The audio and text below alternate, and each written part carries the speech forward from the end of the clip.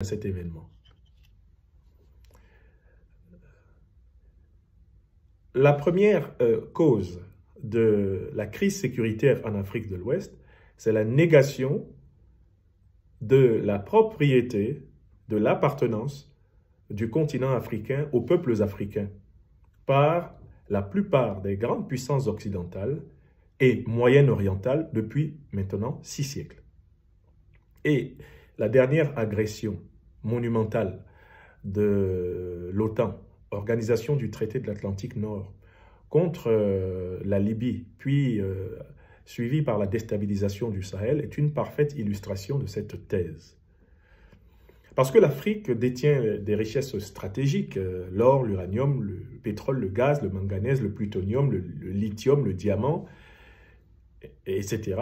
Eh bien, beaucoup de gens en Afrique et en dehors de l'Afrique continuent de considérer que l'Afrique ne peut pas appartenir aux Africains. Mais pourquoi est-ce ainsi? Eh bien, c'est parce que les défaites militaires africaines face aux agressions négrières, face au terrorisme colonial, au terrorisme néocolonial et au terrorisme impérialiste, mais également les défaites militaires des Africains face aux pires dictateurs africains, servant cet ordre criminel depuis des siècles, ces défaites ont installé, en fait, dans les esprits, dans les âmes et dans les corps des Occidentaux, mais également de plusieurs Africains, une croyance, une ontologie de la soumission. De telle façon que il paraît presque naturel encore à des millions d'Africains et de non-Africains que l'Afrique n'appartienne pas aux Africains. D'ailleurs, les racistes sud-africains qui ont instauré l'apartheid et qui l'ont fait sévir pendant 100 ans contre le peuple négro-africain en Afrique du Sud, l'un d'entre eux, un certain Kruger, disait que l'Afrique serait un paradis lorsque les Européens pourront la développer sans les Africains. C'est-à-dire que transformer l'Afrique en paradis serait possible lorsqu'elle serait débarrassée des Africains. Alors Kruger l'a dit avec beaucoup de clarté et même avec une sincérité extrêmement abominable.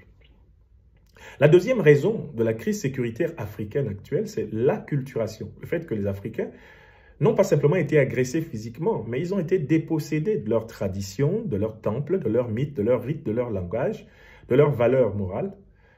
Et ils se sont retrouvés dans la situation de devoir utiliser le langage du dominant pour combattre le dominant. Ce qui est très difficile parce qu'il te faut soit subvertir, changer en quelque sorte de l'intérieur la langue du dominant pour exprimer tes objectifs, ou alors il te faut carrément rompre avec la langue du dominant pour renouer avec ta tradition, si tu veux résister. Toutes ces opérations requièrent une énorme énergie mentale, politique, économique, historique, individuelle et collective. Car en fait, l'insécurité en Afrique, et en Afrique de l'Ouest en particulier, est enracinée dans l'aliénation mentale. Sans une désaliénation mentale, les peuples africains vont continuer à reproduire le système qui détruit leur humanité. La troisième cause, à mon sens, de la crise sécuritaire en Afrique de l'Ouest, c'est le fait qu'on a institutionnalisé, on a systématisé la domination extérieure à travers des institutions apparemment africaines, mais réellement non africaines, c'est-à-dire occidentales et moyen-orientales. C'est très clairement le cas de la CEDEAO, Communauté économique des États de l'Afrique de l'Ouest, créée le 28 mai 1975, sous le paradigme de la supériorité de l'argent sur les gens, de la matière sur l'esprit. Le but de cette organisation était de faire fructifier l'argent. Et par conséquent, ce n'était pas les gens. C'était une communauté économique, une communauté d'intégration économique, inspirée par les dirigeants putschistes Yakubu Gowon du Nigeria, sous l'influence directe anglo-américaine, et putschiste Gnassingbé Eyadema du Togo, sous l'influence directe française. Donc, à partir de là, tout le monde peut comprendre que les deux pays, le Togo de Gnassingbé Eyadema et le Nigeria de Yakubu Gowon, qui ont porté sur les fonds baptismaux la CEDEAO, étaient déjà des pays eux-mêmes dominés par le consortium anglo-américain, ça c'était le Nigeria de Yakubu Gowon, et par le système néocolonial français. C'est le cas du Togo, de Gnassingbé Eyadema, ancien soldat, enfant de troupe de l'armée française, et qui a pris le pouvoir après l'élimination brutale d'un leader panafricaniste, Sylvanus Olympio, qui se préparait justement à instaurer une monnaie indépendante togolaise et à impulser un autodéveloppement en Afrique de l'Ouest. Donc ce sont eux qui ont créé la CEDEAO. Il s'ensuit que dès sa naissance, la CEDEAO a été créée par les néocolonisés de la France et du consortium anglo-américain. Il s'ensuit que la CEDEAO, dès l'origine, est une organisation néocolonisée. Il n'y a pour cela qu'à voir son fonctionnement budgétaire. Rien qu'en prenant le critère du budget, et c'est valable pour l'Union africaine, vous vous rendrez très bien compte que ce sont des organisations inféodées, selon le principe de celui qui paye décide. Mais qui paye à l'Union africaine? C'est bien souvent des puissances extérieures à l'Afrique. Qui paye à la CEDEAO? Mais ce sont les aides américaines, britanniques, françaises, européennes. Ce sont ces aides-là qui constituent l'essentiel de l'apport budgétaire de ces organisations. La quatrième raison, c'est donc que la CEDEAO est au cœur de la crise parce qu'il manque un consensus idéologique dès sa naissance. Ce qui explique pourquoi cette organisation peut être aisément manipulée par des intérêts non africains, par des partenaires étrangers à l'Afrique. Dans la CEDEAO, nous avons des gouvernements par élection, nous avons des gouvernements par coup d'état civil, nous avons des gouvernements par coup d'état militaire, nous avons des gouvernements par héritage familial. Et vous ne pouvez pas imaginer que toutes ces sortes de gouvernements, ce bric-à-brac, puissent regarder dans la même direction. Dans la CEDEAO, vous avez des gens qui possèdent leur propre monnaie nationale et des gens qui ne possèdent pas leur propre monnaie nationale, dont la monnaie nationale est possédée par la Banque de France. Vous avez des gens qui sont sous occupation militaire française, onusienne, sous occupation militaire de l'armée américaine, sous occupation militaire déguisée des puissances occidentales à travers les troupes de l'ONU, et des gens qui ont refusé cette occupation. Ils sont dans la même organisation. Dans la CEDEAO, vous avez des gens qui respectent les statuts de la CEDEAO et des gens qui ne les respectent pas. Par exemple, il y a 3 structures dans la CEDEAO qui sont en cacophonie permanente les unes avec les autres. Vous avez le Parlement de la CEDEAO. Qui entend le Parlement de la CEDEAO? Personne. Vous avez le comité exécutif, la direction exécutive de la CEDEAO. Mais le directeur exécutif de la CEDEAO, c'est bien souvent le laquais du plus influent des présidents de la 3e structure et celle qui décide pratiquement de tout, contre tous et contre tout, la conférence des chefs d'État. Cette conférence des chefs d'État est dominée par des dirigeants néocolonisés. Ouattara Draman pour la Côte d'Ivoire, Bola Tinubu pour le Nigeria, Macky Sall pour le Sénégal. Avant cela, avant sa chute, Mohamed Bazoum pour le Niger, et pendant même qu'il tremble encore, prenez Umaro Sissoko Embalo ou pour la Guinée-Bissau, ou Patrice Talon pour le Bénin. Et vous avez un cocktail de dirigeants soumis à l'impérium anglo-américain, soumis à la domination néocolonialiste française, qui en réalité constitue la majorité des chefs d'État, de la conférence des chefs d'État de la CEDEAO. Ceux-là prennent des décisions sans lire même les statuts de la CEDEAO. Ils ne cherchent même pas à savoir ce que les statuts de la CEDEAO prévoient.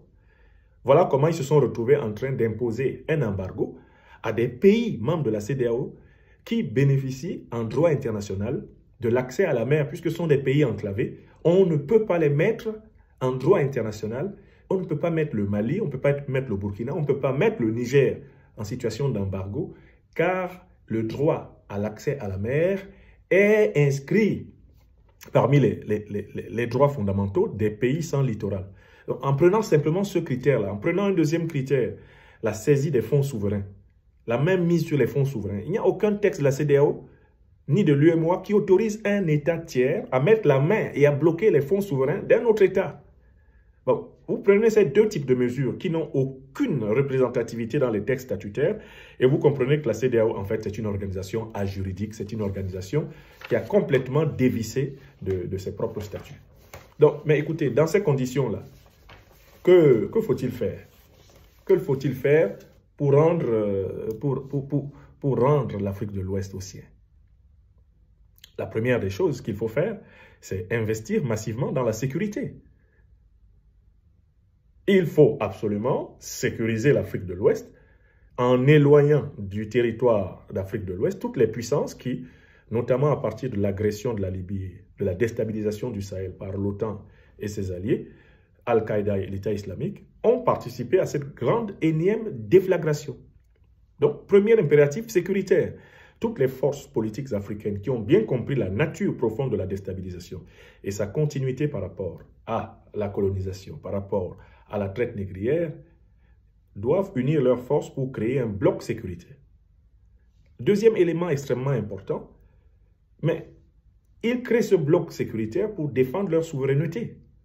Le principe de souveraineté doit être sacro-saint. Il s'agit de rendre aux peuples africains et aux dirigeants qui sont l'émanation réelle des entrailles de ces peuples la décision.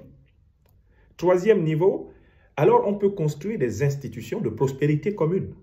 On peut mettre en commun des moyens pour se donner une monnaie, des moyens pour se donner une politique de défense de l'espace commun, des moyens pour se co-développer en complémentarité en fonction des spécificités économiques de chaque territoire. Et là, on peut donc bâtir les nouvelles institutions de la Renaissance africaine, telles par exemple d'abord une confédération d'États et par la suite une fédération. J'ai démontré aujourd'hui à Moscou que l'Alliance des États du Sahel est précisément l'organisation qui a adopté cette méthodologie. L'argent n'y a pas été placé avant les gens. Ce qui a été placé avant tout, c'est la défense de la paix et de la sécurité. C'est la défense et la restauration de la souveraineté africaine. C'est la mise en commun des moyens pertinents des puissances africaines pour créer un espace dans lequel ils fassent bien vivre pour tout Africaine et tout Africain. C'est la réinvention des institutions africaines sur la base de la tradition, c'est-à-dire de la conscience, de la plus haute connaissance multimillénaire de la terre d'Afrique. J'ai montré que l'Alliance des États sahéliens, contrairement à la CEDEAO, offre une perspective de stabilité, une perspective de paix, de sécurité et de prospérité aux peuples africains. Et qu'il était souhaitable que les grands alliés du Mali, du Burkina ou du Niger, que sont par exemple la Russie, la Chine, l'Iran, etc., il est souhaitable que ces alliés acceptent de jouer fermement toutes les cartes nécessaires pour délivrer, aux côtés des peuples africains en lutte, cette région du monde de la prédation qu'elle subit depuis des siècles. Alors, voilà globalement, si vous voulez, la démonstration que j'ai donnée, permettant à chacun de comprendre pourquoi la CEDEAO a échoué et pourquoi maintenant en Afrique de l'Ouest, ce dont on parle, c'est de l'Alliance des États sahéliens. Par la suite, il y a un très grand débat qui a eu lieu entre les différents participants, parce qu'il y avait dans la session de cet après-midi, lors de ce séminaire, il y avait 4 participants qui chacun a donné sa lecture, tantôt économique, tantôt institutionnelle, sa lecture systémique de la situation de l'Afrique de l'Ouest. Et par la suite, il y a eu un débat très intéressant avec l'Assemblée. Je crois que vous aurez bientôt, en tout cas, la version anglaise de mon intervention, car en fait, on a parlé essentiellement en anglais et en russe pendant les travaux. Vous aurez la version qui me semble avoir, en effet, profondément touché, non pas simplement la raison, mais également le cœur de ceux qui s'étaient déplacés à la Fondation Gorchakov pour nous écouter ici cet après-midi. Mes chers amis, voilà ce dont je voulais vous parler. Je voulais vous faire, d'une certaine façon, profiter de ce que nous nous sommes dit. Et je vous remercie éventuellement d'avoir pensé à partager tout ceci avec, avec vos amis sur le réseau Telegram. Voilà. Maintenant, je m'en vais vous souhaiter une très bonne soirée. Je ne vais pas en dire plus. Et ce sont des journées bien chargées. Je vais essayer de bénéficier d'un bon repos, d'autant plus que demain, je donne ma dernière intervention devant l'Institut des études africaines. Là, on parlera tout simplement de philosophie africaine contemporaine à l'adresse des chercheurs en sciences politiques et en philosophie politique de l'Université de Moscou. Je vous remercie. Vous en aurez également un écho, bien sûr. Portez-vous bien. Merci.